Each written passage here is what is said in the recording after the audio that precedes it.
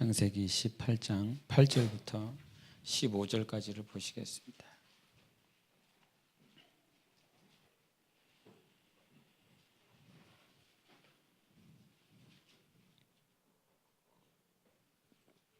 창세기 18장 8절부터 15절까지를 우리 교독하도록 하시겠습니다.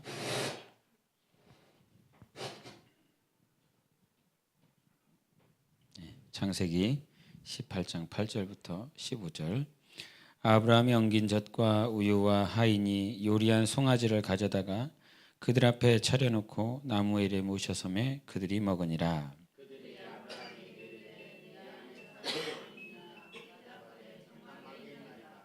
그가 이르시되 내년 이맘때 내가 반드시 내게로 돌아오리니 내 아내 사라에게 아들이 있으리라 하시니 사라가 그 뒤 장막문에서 들었더라.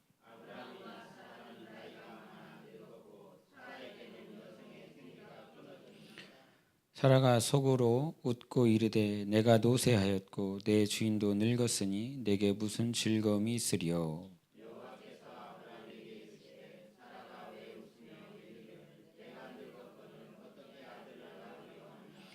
여호와께 능하지 못한 일이 있겠느냐. 기한이 이를 때에 내가 내게로 돌아오리니 사라에게 아들이 있으리라. 사라가 두려워서 부인하여 이르되 내가 웃지 아니하였나이다. 이르시되 아니라 내가 웃었느니라. 아멘.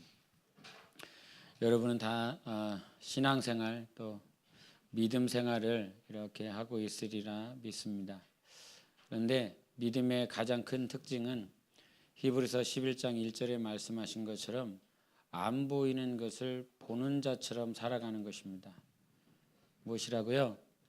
안 보이는 것을 보는 것처럼 살아가는 자가 믿음을 가진 자인 것입니다. 그래서 믿음은 바라는 것들의 증거라고 말했죠. 내가 오늘 보지 못하고 바라는 모든 것들을 믿음으로만 알 수가 있습니다.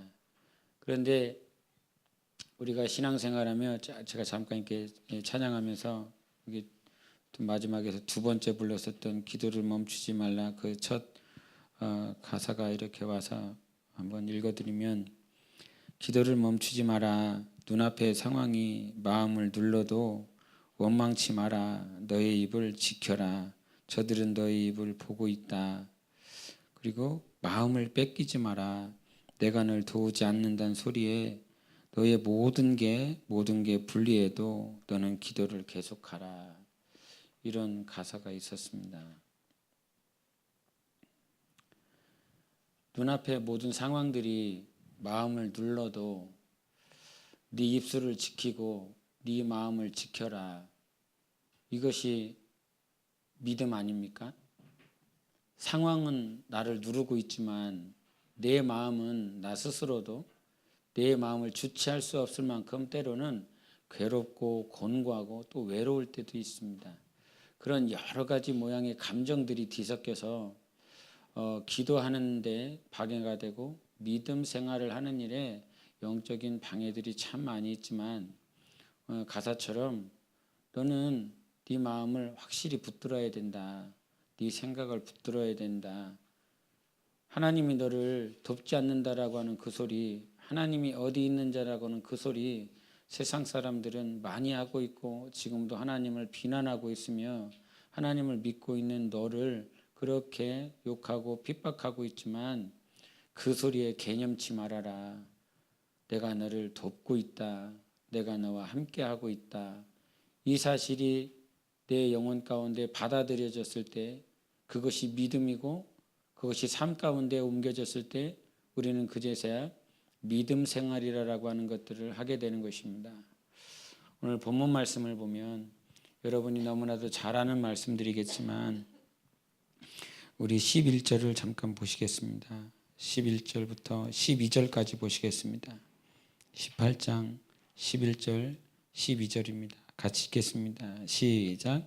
아브라함과 사라는 나이가 많아 늙었고 사라에게는 여성의 생리가 끊어졌는지라. 사라가 속으로 웃고 이르되 내가 노쇠하였고 내 주인도 늙었으니 내게 무슨 즐거움이 있으리요. 아멘. 이 말씀 자체가 사라의 상황에서 보면 이미 생리가 끊어졌고 그의 마음 가운데 즐거움이 사라졌습니다. 내 마음에 무슨 즐거움이 있겠느냐. 이 말을 좀 전에 했었던 그 말로 모든 상황들이 눌리고 있습니다. 마음을 지킬 수가 없습니다. 그리고 자기의 육체 또한 이제 가능성이 전혀 없는 상황입니다. 외부에서도 내부에서도 내 외적인 모든 상황들이 자기 자신을 누르고 있습니다. 그 상황 가운데 내 즐거움이 어디 있겠습니까?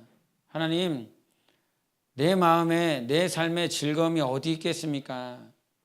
이런 고백을 하는 것은 단지 사라의 고백뿐만 아니라 우리의 삶이 그러리라 생각합니다. 이 세상의 모든 것들이 여러분 우리가 교회가 이제 개척하며 4주년을 향하게 가고 있는데 아마 신앙생활을 하면서 때로는 집, 학교, 교회 아니면 집, 직장, 교회 저도 과거에도 그랬지만 뭐 집은 서울에 있었기 때문에 1년에 한 번, 두 번 갈까 말까였습니다. 가는 곳이 딱 두 군데였습니다. 학교, 교회. 그래서 제가 천안에서 학교를 다녔지만 이 천안에 무슨 동이 어디 붙어 있어 이렇게 물어보면 저는 잘 모릅니다. 신부동하고 신방동이 똑같은 데 아니야? 이렇게 막 헷갈려 합니다. 어디가 어딘지도 잘 몰라요. 그런데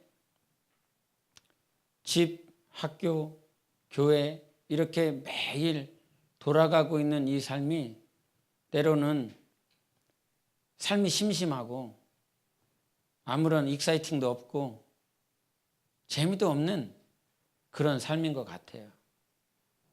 그러면서 우리 안에서는 이 세상에 무슨 재미가 있나? 이 세상에 무슨 즐거움이 있나? 그런 얄팍한 마음들이 생각들이 우리 안에서 하나님 이 세상 참 그렇습니다. 이 세상 참 허무합니다. 솔로몬의 고백뿐만 아니라 우리의 삶이 그런 것 같습니다. 이런 고백을 하나님 앞에 드릴 수 있습니다. 그런데 그렇게 노쇠하여졌습니다. 육체는 노쇠하여졌습니다. 경수는 끊어졌습니다. 그리고 그 마음은 짓눌려져서 마음의 즐거움도 찾을 수가 없는 그런 상황들이었습니다. 그런데 복음은 무엇입니까? 복음이 뭡니까, 여러분? 진짜 복음은 무엇입니까? 내 육체에 가능성이 없어. 내 마음에 즐거움이 없어. 기쁨이 없어. 내 삶은, 내 마음은 항상 눌려. 그런 눌림 가운데 있어. 그런데 복음이라고 하는 건 무엇입니까?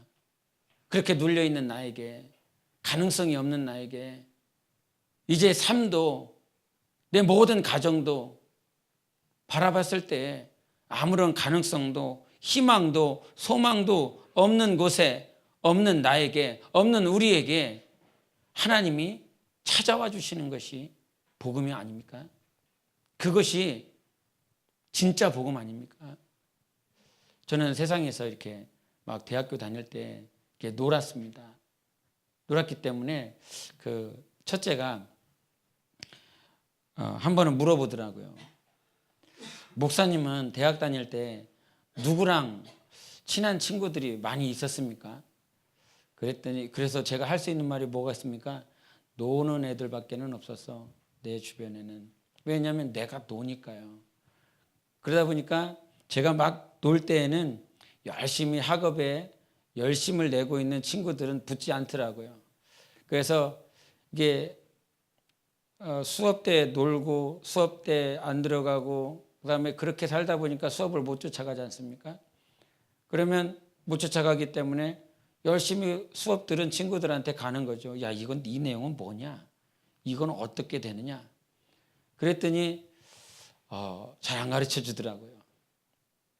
그러면서 참 그렇다. 그런 마음을 가지고 제가 이렇게 돌아섰었던 발걸음들이 있었는데 아마 그런 것들이 내가 예수 그리스도 안에서 주님 앞에 왔었을 때 세상은요 내가 없으면 알아봐 주지 않더라고요. 내가 돈이든 지식이든 아니면 뒤에 백그라운드든 그것이 없으면 세상의 모든 사람들은 나에게 접근하지 않더라고요. 하물며 여러분의 친척도 그러지 않습니까? 여러분의 일가 부모님도 그러시지 않습니까? 때로는 내가 자식이 가진 것이 없고 배운 것이 없으면 부모 역시도 아니면 자식 역시도 부모에게 접근하는 것, 찾아가는 것을 대단히 경시하고 있습니다. 그런데 만물의 주관자이신 하나님께서 정말 친히 창조하신 당신의 피조물을 직접 찾아와 주시는 것이 복음이지 않습니까? 이 복음을 하나님께서 우리에게 주신 거 아닙니까?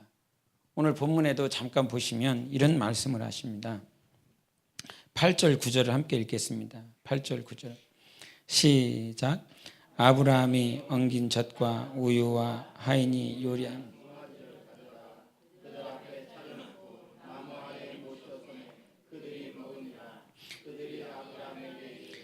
내 아내 사라가 어디 있느냐 대답하되 장막에 있나이다. 아멘. 여호와 사자들이 상수리 나무 가운데 거하고 있었던 아브라함의 그 가족에게 왔습니다. 한 번도 아브라함의 아내 이름을 아브라함이 친히 그들을 방문했을 때 내 아내 이름은 사라입니다 말한 적이 없습니다. 가르쳐 준 일이 없습니다. 그런데 이렇게 아브라함이 정말 풍성하게 대접을 하고 그 대접받은 것을 먹고 난 다음에 그들이 하는 말은 네 안에 사라가 어디 있느냐 이런 말씀을 하고 계십니다.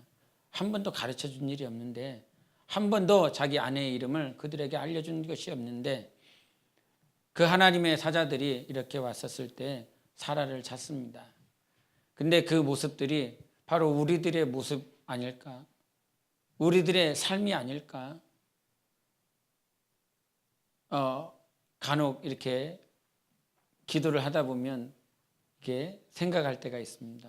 야, 천국에서는 내가 한국말을 할까? 무슨 말을 할까?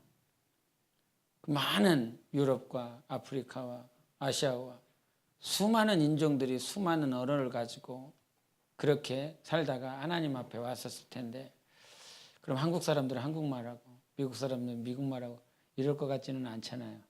그렇죠? 이럴 것 같지는 않잖아요. 분명히 영으로 통하는 언어가 있을 거라 믿습니다.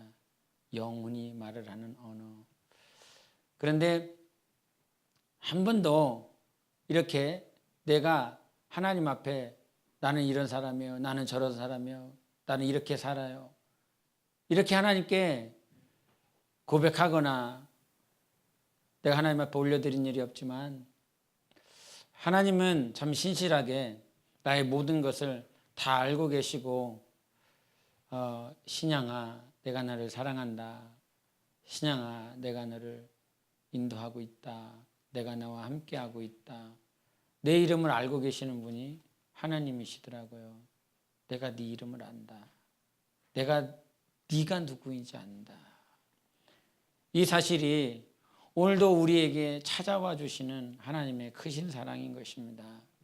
나는 경수가 끊겼고 육체가 이제 노쇠하여 할머니란 이름을 할머니라고 하는 그 명칭을 내가 들어야 될 것이 딱 적절한데 그런 마음과 외적인 모든 것들이 눌림에도 그런 눌린 자들을 하나님께서 친히 찾아와 주셔서 사라가 어디 있느냐 신양이가 어디 있느냐 당신의 이름을 불러가며 우리 하나님께서 우리를 찾아주시는 것이 진짜 복음 아닙니까? 하나님은 우리에게 복음을 주셨습니다. 하나님이 찾아와 주시는 복음. 세상 신과 이 기독교가 다른 건 단 한 가지입니다. 세상 신은 세상 종교는 자기의 열정과 열심과 노력을 다해서 자기의 신을 찾아가는 것이지만 이 복음은 하나님이 우리를 친히 찾아와 주신다는 사실입니다. 여러분의 마음이 눌렸을 때 우리 하나님은 미리 와 주셨습니다. 미리 와 계시고 있습니다. 그것이 참 복음인 것을 우리에게 가르쳐 주고 있습니다.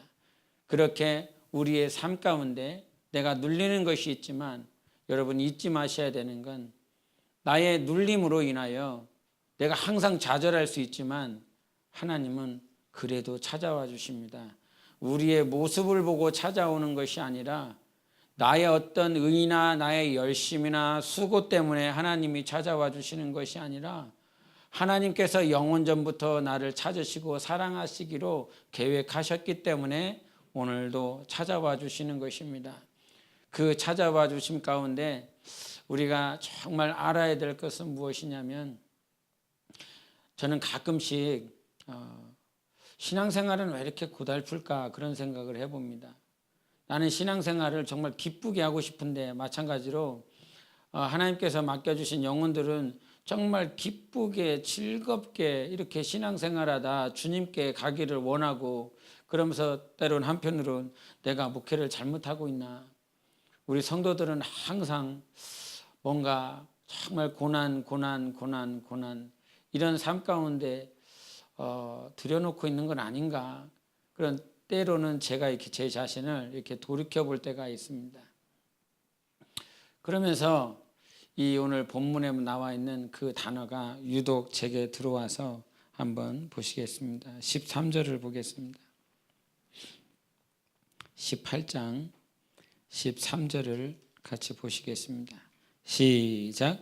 여호와께서 아브라함에게 이르시되 사라가 왜 웃으며 이르기를 내가 늙었거늘 어떻게 아들을 낳으리요 하느냐. 15절도 사라가 두려워서 부인하여 이르되 내가 웃지 아니하였나이다 이르시되 아니라 내가 웃었느니라. 아멘.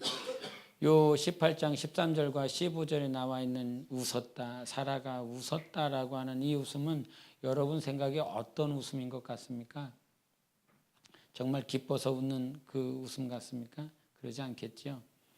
이미 두려워하고 불안한 그런 모습을 15절에도 비쳤던 것처럼 하나님께서 우리에게 내가 돌아올 때 내게 아들이 있을 것이다 라고 하는 이 말씀을 해주셨습니다. 그런데 혹시 여러분 사라가 즉 아브라함에게 내게 아들이 있을 것이다, 내게 상속자가 있을 것이다 라고 하는 이 말씀은 하나님이 언제 해주신 것으로 기억하고 있습니까? 지금 이 18장에 나와 있는 아브라함과 사라, 아브라함과 사라는 나이가 몇 살 차이죠? 10살 차이입니다. 그런데 아브라함은 이삭을 몇 살에 낳았습니까? 100살에 낳았습니다. 그런데 이 100살에 낳기 바로 1년 전에 지금 하나님과 하나님의 사자들이 찾아와서 내게 아들이 있을 것이라 이런 말씀을 합니다. 그런데 여기서 사라는 웃지요. 그 웃음은 진짜 웃음이 아니라 기뻐서 웃는 웃음이 아니라 냉소적인 웃음인 것입니다. 비아냥거리는 웃음입니다. 왜 그러냐면 우리 한번 앞에 말씀을 한번 보시겠습니다. 15장을 보겠습니다. 15장.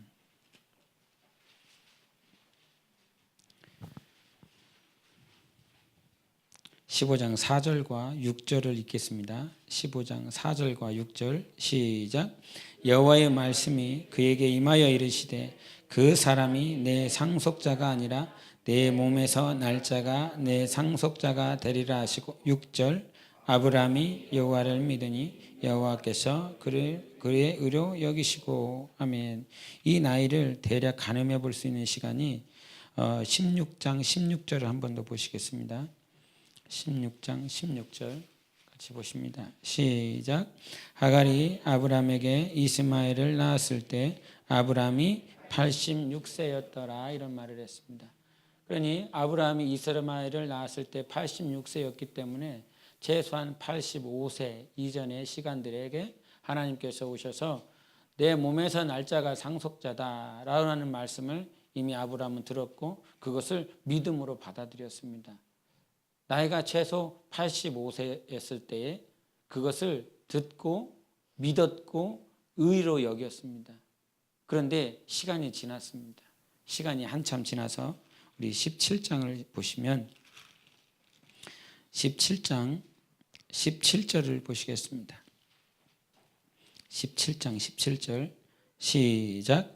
아브라함이 엎드려 웃으며 마음속으로 이르되 100세 된 사람이 어찌 자식을 낳을까? 사라는 90세니 어찌 출산하리요 하고. 아멘. 몇 년이 지난 것입니까? 지금 이제 100세가 아니라 100세 가까워졌다라고 하는 뜻으로 이해해야 될 것입니다. 그래서 약 14년 정도의 시간이 이렇게 흘러가 버렸습니다.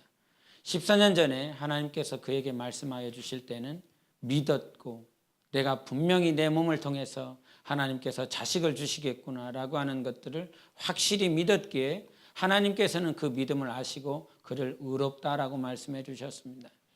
그러나 14년이 지난 후에 아브라함은 하나님께 친히 말씀합니다. 이제 100세 된 사람이 어떻게 자식을 낳겠으며 사라는 90세가 되었는데 어떻게 자식을 낳을 수 있겠습니까? 14년의 시간은 그렇게 호락호락하지 않은 시간이었습니다. 그에게 참으로 고통스럽고 힘든 시간이었습니다. 하나님의 말씀을 듣고 믿었지만 결국은 하갈에 의하여 이스마엘을 낳았어야 되는 시간들이 있었고, 그 이스마엘을 바라보며 사라가 고통스러워하는 그 모습들도 친히 봐야 됐고요. 그 시간들을 보면서 아브라함은 애달퍼했습니다. 그러면서 그의 믿음도 사라지기 시작했습니다.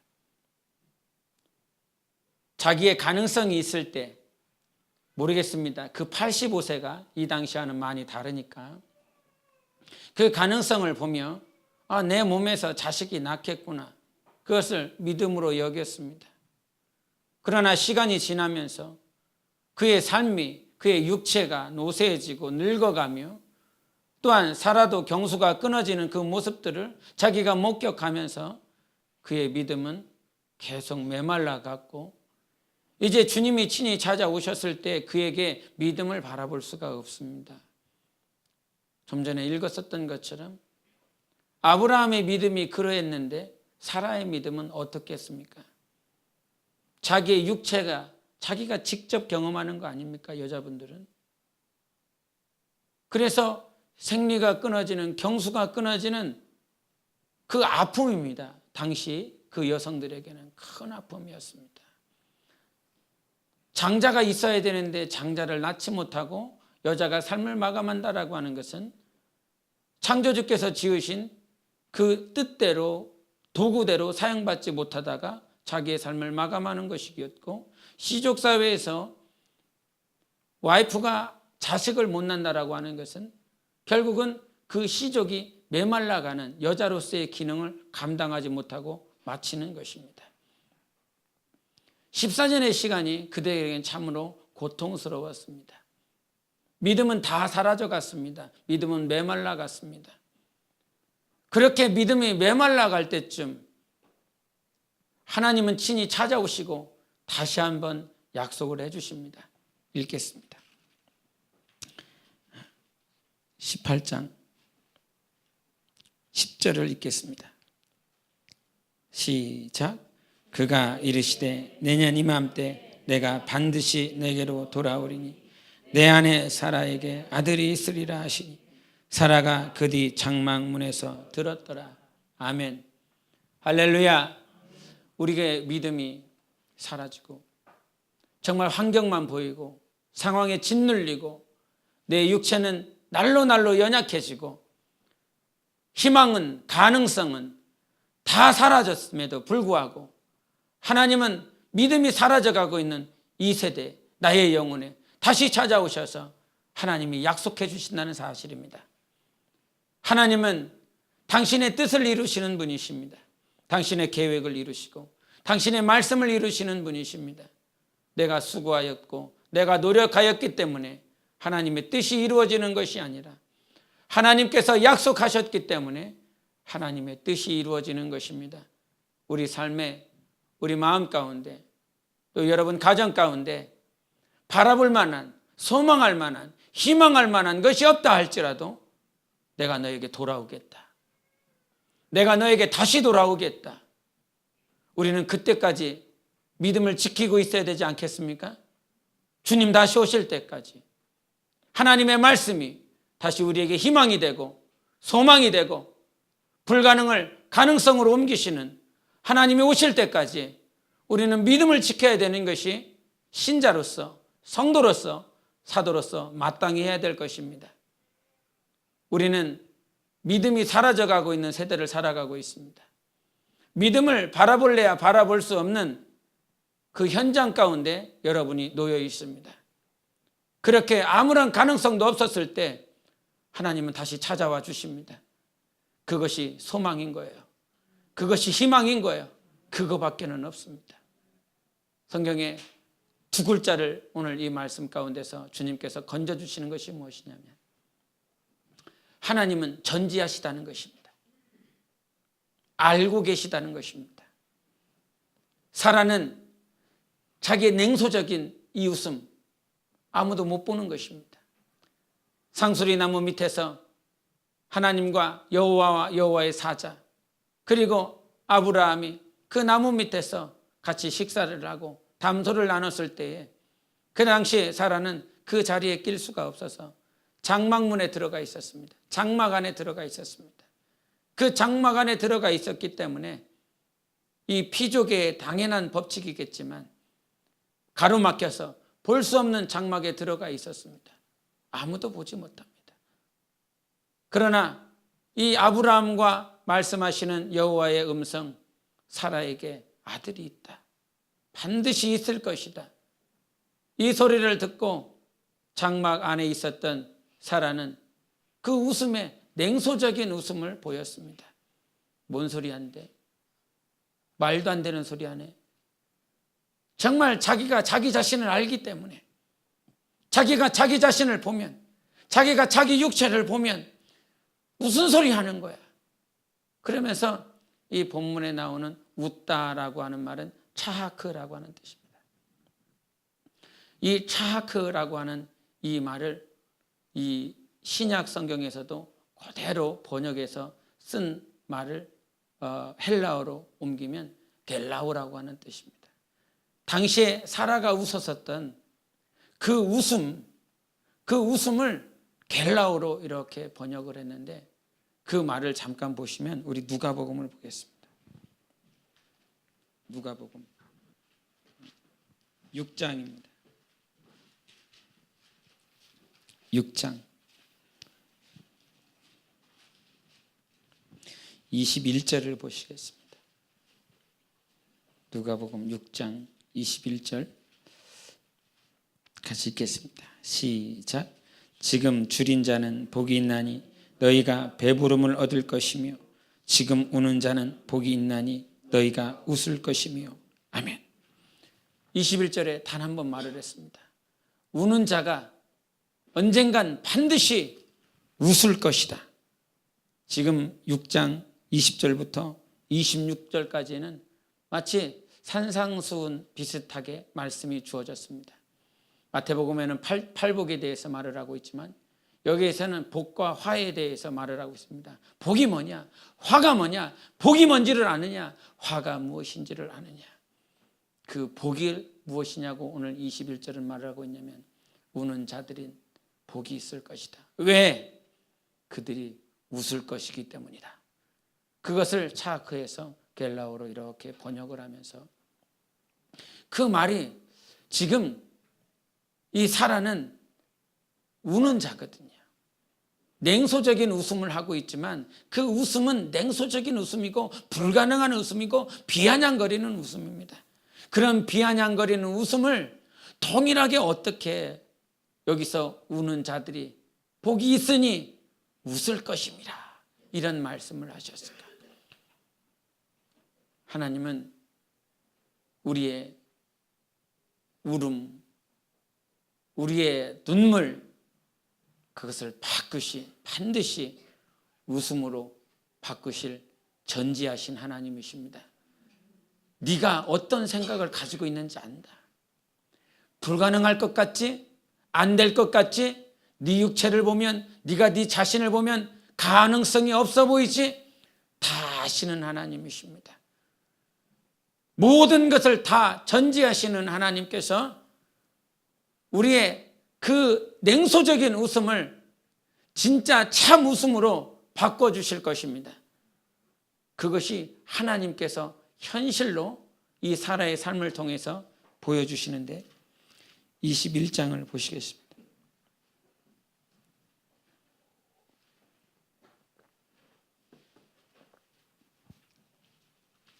21장 창세기 21장 6절을 보시겠습니다. 창세기 21장 6절 같이 읽겠습니다. 시작. 사라가 이르되 하나님이 나를 웃게 하시니 듣는 자가 다 나와 함께 웃으리로다. 아멘. 아멘이십니까? 전지하신 하나님께서 전능하신 하나님으로 보여주셨습니다. 우리의 상황들, 우리의 마음들, 우리의 생각들을 다 아셨었던 사라의 전생의 모든 삶들을 그의 생각과 마음을 다 아신 하나님께서 그렇게 냉소적인 웃음, 비아냥거리는 웃음을 하나님께서 그 입이 찢어지도록 그를 웃게 해주셨습니다. 그런데 놀라운 건 다시 한번 읽어보시기 바랍니다. 6절 시작. 사라가 이르되 하나님이 나를 웃게 하시니 듣는 자가 다 나와 함께 웃으리로다. 아멘. 웃음이라고 하는 건 나의 가능성과 나의 즐거움을 쫓아 웃는 것이 아니라 하나님이 나를 웃게 하셨다고 하는 것입니다. 진정한 웃음은 하나님이 나를 웃게 해야 되는 것입니다.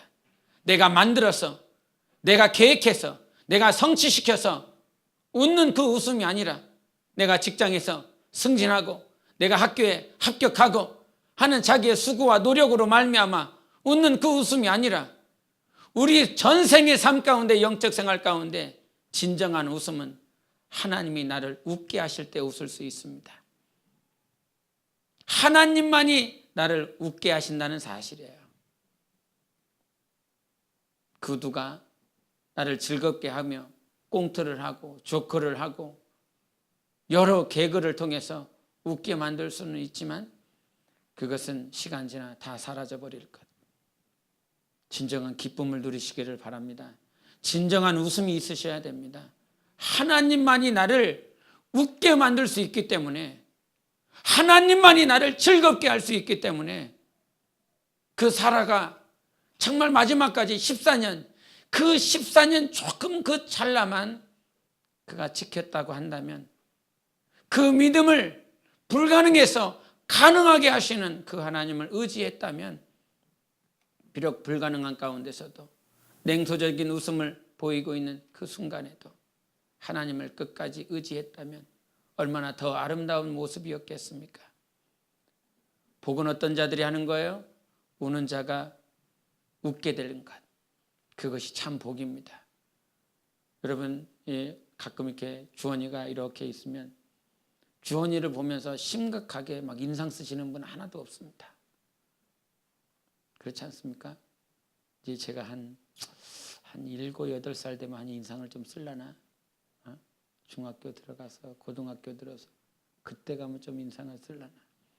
지금 보면서 저 아이를 보면서 인상 쓰는 사람은 없습니다.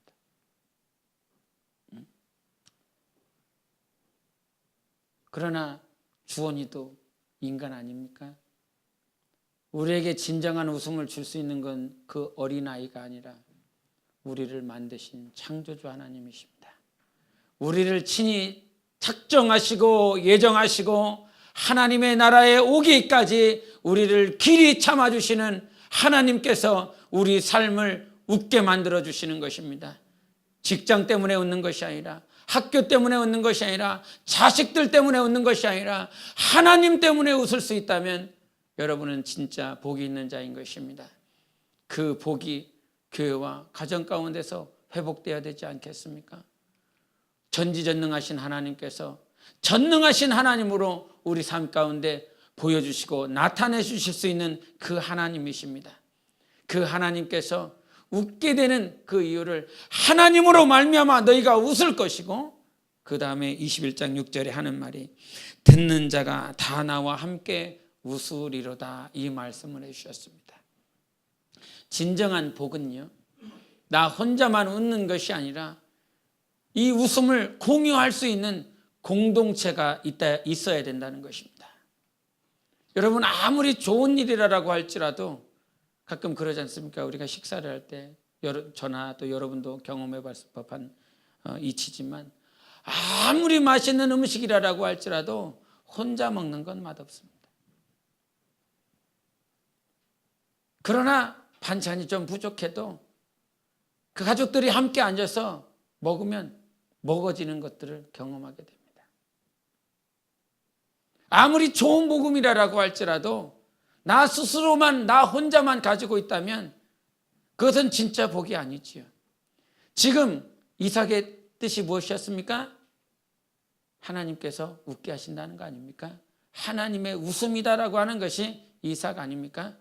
근데 그 이삭을 통해서 아브라함과 사라만 웃는 것이 아니라 지금 이삭의 웃음소리, 이삭을 보면서 함께 웃을 수 있는 모든 듣는 자가 그렇게 웃으리로다, 이런 말을 하며, 아까 18장 6절에는 차하크가 누가복음 6장 21절에 겔라오로 이렇게 해석이 되었습니다. 근데 여기서 동일하게 웃었다라고 하는 이 21장 6절의 차하크는 이 누가복음 15장에서 시카이로로 이렇게 해석이 됩니다. 번역이 됩니다. 똑같은 차하크, 똑같은 웃음인데 이것은 다른 의미를 가지고 있었습니다. 18장 6절에 있는 그 말씀은 하나님께서 완성시키는 그 웃음을 말씀하고 있다면, 이 누가복음 15장에 나와 있는 이 시카이로라고 하는 그 뜻은, 여러분 누가복음 15장에는 무슨 내용이 나옵니까? 누가복음 15장에는 세 가지 잃어버린 것에 대해서 말하지 않습니까? 자기 자식을 잃어버렸습니다. 한 드라크마를 잃어버렸습니다. 잃어버린 한 양이 나옵니다. 그런데 잃어버린 한 양을 찾았을 때 주인이 온 동네 사람들을 부르고 오히려 한 양을 찾은 그 값보다, 가격보다 더 많은 것들을 투자하여 잔치를 벌입니다. 그때 이웃들과 함께 즐긴다라고 했을 때 그 즐긴다라고 하는 것이 시카이로였습니다. 마찬가지로 한 드라크마를 잃어버렸을 때 그 역시 온 집안에 있는 것들을 다 뒤지면서 찾았고, 잃어버린 한 아들이 돌아왔을 때에 그 아버지가 동일하게 잔치를 벌이면서 함께 즐거워하는 것이 시카이로였습니다. 무슨 말이냐면, 교회는 자기 혼자 웃고 떠드는 것이 아닙니다. 교회에 유일한 복음이 있다라고 그런다면 예수 때문에 함께 웃을 수 있는 것입니다. 그리고 예수님 때문에 함께 울어줄 수 있는 것입니다. 그것이 진정한 교회의 공동체로서의 기능이고 역할이지요. 주님의 몸이 누구 때문에 웃는 것입니까? 머리 대신 예수님 때문에 웃는 것입니다. 주님의 그 통곡하심이, 주님의 슬퍼하심이, 그 머리 대신 예수께서 슬퍼하실 때, 통곡하실 때 주님의 몸은 따로 머리와 도는 것이 아니라 동일하게 함께 슬퍼하며 애달아하는 것이 주님의 기능인 것입니다. 주님의 몸으로서. 지금 한국교회가 얼마나 싸우고 있습니까? 세습 문제로, 동성애로, 수많은 것들로. 정작 교회 안에서는 막 싸워대고 있습니다. 당신 왜 세습을 그렇게 하느냐고, 그렇게 하면 안 되냐고, 이거 교리법에서, 이게 교단법에서 이렇게 틀리는데 당신 왜 그렇게 하느냐고, 그러면서 교회와 교회가 싸우고 있고 신자와 신자들이 주먹다짐하고 있고 욕하고 있습니다. 그러나 세상 다원주의에 대해서는 세상의 종교가 다 똑같다, 가톨릭에 대해서, 불교에 대해서, 이슬람에 대해서, 힌두교에 대해서 다 하나다, 다 하나다, 그러한 문제에 대해서는 찍소리 하나도 못하면서 그들에 대해서는 침묵하면서 자기들 안에서만 욕하고 비난하고 싸워대고 있는 것이 작금의 교회의 모습인 것입니다. 여러분, 교회가 회복해야 될 것이 있습니다. 예수님 때문에 웃을 수 있어야 됩니다. 예수님 때문에 슬퍼할 수 있어야 되는 것입니다. 하나님께서 아들 예수 그리스도를 통해서 우리에게 주신 유일한 복음은 예수님이 기준이 되어서, 하나님이 기준이 되어서 우리의 영혼을 반드시 웃게 하실 것이라는 사실입니다. 본문에도 말씀하고 있지만 내가 돌아오겠다, 내가 돌아오리니 그때에 내게 아들이 있을 것이다. 주님이 다시 오실 때까지 우리는 예수님 때문에 웃을 수 있어야 되고 예수님 때문에 또한 슬퍼할 수 있어야 되는 그 예수님이 기준이 되어서 공동체가 성령으로 하나 되는 그런 교회가 되어야 되는 것입니다. 하나님, 정말 우리가 경수가 끊어지고 육체가 끊어지고 내 마음의 즐거움이 다 사라져버린 이 시대 가운데 살아가고 있지만 나는 오늘 예수님께서 하신 그 말씀으로 웃으며 그 약속으로 즐거워하며 하나님 때문에 감사할 수 있는 그런 영혼의 삶이 되게 하소서. 언제까지 자기가 자기 자신만을 바라보며 자기 육체만을 바라보며 그렇게 냉소적인 비슴을, 그 냉소적인 불가능한 비아냥거리는 웃음을 하고 있을 것인가? 예수님이 반드시 여러분의 삶을 웃음으로 바꿔놓으실 것입니다. 지금 우리가 예수 그리스도 안에 들어왔을 때 가장 큰 웃음이 무엇이었습니까? 예수께서 나를 구원해 주셨다라고 하는 사실이고, 예수께서 저 죽어갈 수밖에 없는 가능성이 없는 나 100% 원수마귀의 자식이었고 100% 지옥에 들어갈 수밖에 없었던 나를 예수님께서 친히 찾아와 주셔서 내 영혼을 살려주시고 내 영혼을 하나님의 자녀되게 하시고 이 땅 가운데 살아가며 예수 그리스도의 신부로 단장시켜 가고 있는 것이 내가 진정 웃어야 될 거 아닙니까? 내가 진정 감사해야 될 거 아닙니까? 그 감사를 여러분이 잊지 마시기를 바랍니다. 나를 너무나 잘 아시는 하나님, 그 하나님 앞에 주님 끝까지 믿음으로 전지하신 그 하나님뿐만 아니라 내 삶에 전능하신 하나님, 이삭을 통하여 웃게 만드시는 하나님, 불가능했었던 것들을 가능케 만드셨던 그 하나님, 그 하나님을 여러분 삶에 항상 경험하시고 믿음으로 고백하시는 여러분 되시기를 예수 이름으로 축원합니다. 우리 함께 이 시간 기도하실 때 하나님, 나를 가장 잘 아시는 하나님, 그 누구보다 나를 잘 아시기에 내 육체에 마치 사라의 모습처럼 경수가 끊어지고 노쇠하여지고 마음에 즐거움도 없는 그런 나를 너무나 잘 아시는 하나님, 오늘도 나를 사랑하셔서 찾아와 주시옵소서.